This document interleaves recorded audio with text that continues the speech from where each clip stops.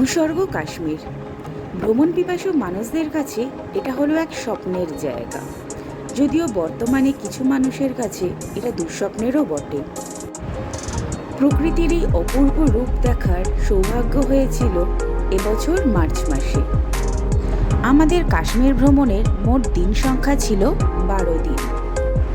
যদিও অনেকে আরও কম দিনে এই ট্যুরটা কমপ্লিট করে ফেলে, কিন্তু যেহেতু আমাদের সাথে বয়স্ক লোক থাকায় আমরা একটু সময় নিয়ে এই ট্যুরটা কমপ্লিট করেছি। আমাদের কাশ্মীর ভ্রমণ শুরু হয়েছিল পেহেলগাঁও থেকে। আমরা পেহেলগাঁওতে 2 রাত, শ্রীনগরে 5 রাত কাটিয়েছিলাম। আমাদের এই ট্যুরে আমরা মোট মেম্বার ছিলাম 11 জন। প্রত্যেকেই আমরা ফ্যামিলি মেম্বার। যেহেতু আমরা ফ্যামিলি মেম্বারই অনেকজন হয়ে যাই, তাই আমরা যে কোনো ট্যুর নিজেরাই অ্যারেঞ্জ করি। আমরা কোনো ট্রাভেল এজেন্টের সাথে ঘুরতে যাই না।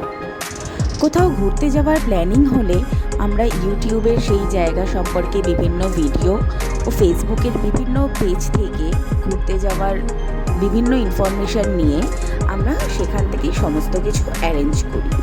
দেখা হচ্ছে কাশ্মীর ট্যুর সম্পর্কিত আরও ভিডিও নিয়ে পরে।